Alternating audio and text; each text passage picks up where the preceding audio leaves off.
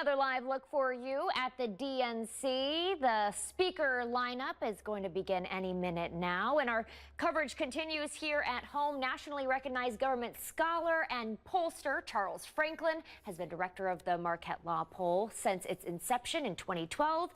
We are right in the middle of the Democratic National Convention. Of course, Charles, thank you so much for being here. I first want to talk about your most recent poll. Super close with Harris and Trump. Talk about those numbers a little bit. Yeah, here in Wisconsin, Trump by 1 with registered voters, but Harris by 1 with likely voters, and Harris by 2 when you include third parties. So overall, maybe a 1-point lead for Harris. Right now in the national polling, we're seeing an average Harris lead of between 1.5 and 3 points. I actually just thought of this question, but we're hearing that maybe Kennedy is going to be dropping out on Friday. Maybe. We don't have that confirmed.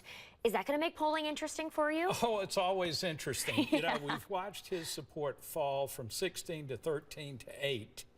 And now if he drops out, that will be another move. And it will simplify the election some because he was drawing more support from Trump. Yeah. If he endorses Trump, as the conversation seems to point to, we'll see whether that gives Trump any kind of a boost.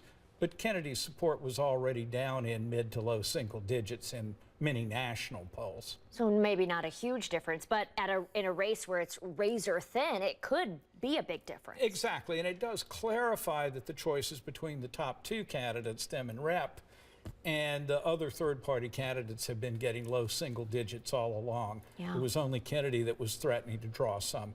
Independents have been supporting him more than either partisan group, though. Those independents will now be pushed to probably make a major party choice, but maybe they go with the Green Party or one of the other third parties. Yeah. Can you give us a preview of your next poll coming out? What are you looking at? We'll be in the field next week after the Democratic Convention is over, and we'll be there. The poll will come out the second week of September.